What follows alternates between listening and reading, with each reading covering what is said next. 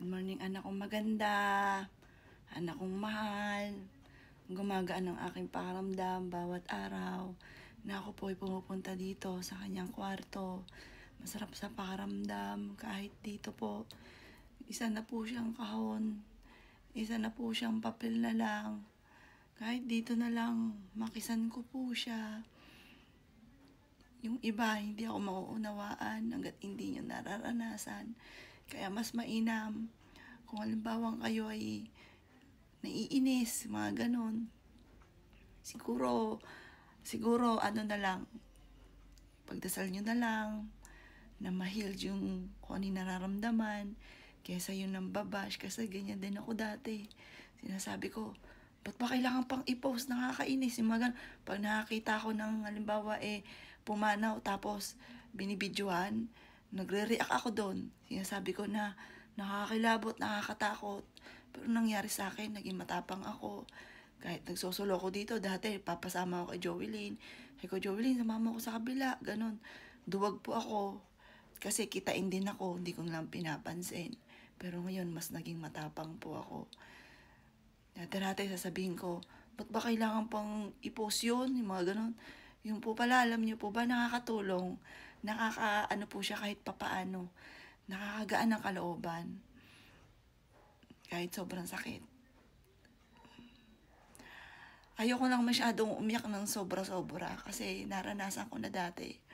Na parang, akala ko na tsugi na ako. Dumapa na po ako sa sahig. Parang nag-stop yung hininga ko.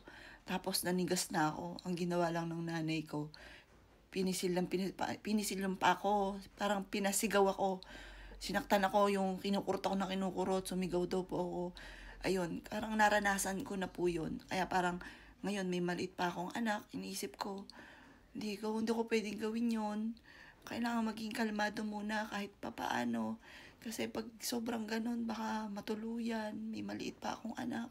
May 12 years old pa po ako. Kaya like, wini-wish, Jolie, wag mo muna ako kukunin. Nung una akala ko kukunin na ako kasi parang lahat ng finding sa akin pangit. Kaso nga lang, dahil sa panalangin ng Time Team, sa mahal na Panginoon, mahal na Santo Niño, mahal na Birhen, mali lahat yung finding sa akin, wala pala akong sakit. Okay po pala ako. Mataas lang yung sugar ko, tapos yun, nag-diet, kaya pumayat din po ako. Tapos ngayon, okay na po siya.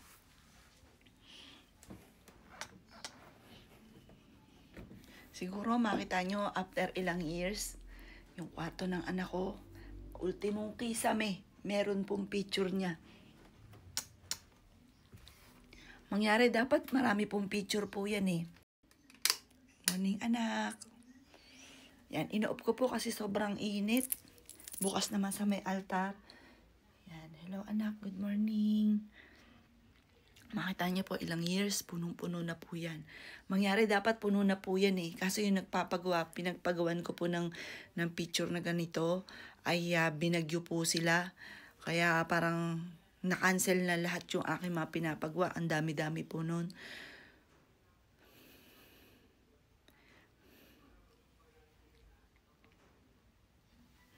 Bata pa lang po si Joelyn. Ganyan na po siya. Ginaganyan ko na po siya. Yan. Inaamot ko yan. Sabihin ko, anak, kahit wala kami pambili ng pagkain, pupunta kami sa bayan. Tapos papipicturean ko po siya sa studio. Ayan po siya. Bata pa lang po yan. Ano na po talaga siya. Kikay na po talaga. Kinikay ko na syempre nagmula sa nanay. Tapos, yan nga po siya. Akala ko magiging singer. Tapos, ito, hindi lang masyado tinitirintas ko. Iba-ibang klase ng buhok. Ayan. Kaya nang lumaki siya, ayan na po siya. Parang akala mo kung manamit po siya. Parang akala mo manika. Mahusay siyang mag-ayos. Kaya nung may pumunta dito na sabi, bakit ako? Lumaki ako nung wala akong ganyan. Kasi, siyempre, prinsesa ko po yan. Pagka sinabi niyan, kahit minsan labag sa aking kalooban, ay sige. Ako nga po, kahit siyempre pagod tayo, mga nanay, pag sinabi ng anak na, Mami, kain naman tayo sa ay nako, sige, kain. Kung anong gusto.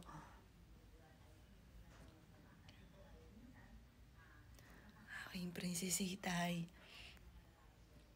Love you, anak. Wala akong idea kung nasaan ka man. Basta alam ko na kay Papa Jesus ka, na ayon sa Bible, nagbabasa-basa na lang ng mga ganun. Pero ang totoo, syempre, hindi pa naman tayo pumapanaw, hindi pa tayo nakakarating doon, hindi natin alam. Pinapaubayan na lang natin talaga sa itaas, na naayon sa Biblia, na alam daw ng Panginoon kung anong oras ka ipapanganak, at alam din po niya kung anong oras ka mawawala. Kahit harangin ng sibat ay hindi daw po ito mapipigilan kapag oras mo na. Hindi ko alam kung nasaan ka ngayon, kung anong ginagawa mo. Dati-dati, pumunta ka lang dito sa kabila, sinusundan ka agad kita kasi baka may makasalisi. Kung anong mangyari sa'yo. Kung nagtatanong kung nasaan ka, anong ginagawa mo, sino kasama mo, videohan mo naman para makita kita. Ngayon, pinapaubaya ko na lahat sa taas. Kung ano man ang nangyayari sa'yo, kung nasaan ka man, bahala na po kayo. Hindi ko alam hanggang kailan ako ganito. Hindi ako makapaniwala. Hanggang ngayon, hindi ako makamove on. Parang ito yung pinakamatindi sa lahat, na hindi mo inaasahan na mawawala ang anak mo. Ang saya-saya nyo ng mga nakalipas na araw. Ito nga, oh. Sabi niya, Mami, halika picture tayo. Nakakita kasi kami ng jacuzzi. Kasi nagpapamasahe kami doon sa ordinary. Hindi siya sa may jacuzzi kasi special po yan. Medyo syempre mahal po yan. Sabi niya, halika Mami, picture tayo doon. Picture po kami, nagtago kami dyan. Yan po ay October 24 or October 20, mga ganon. Tapos 25, wala na po siya. 28, wala na po siya. 25, sinugod na namin siya sa ospital. Talagang sa ngayon, hindi masabi ang buhay ng tao. Ngayon magkakasama kayo. Bukas wala na. Hindi mo na siya talaga makakausap. Hindi mo na siya makikita. Wala na. Kahit ang gawin kong iyak, kahit anong gawin kong wish, wala na. Wala na magawa.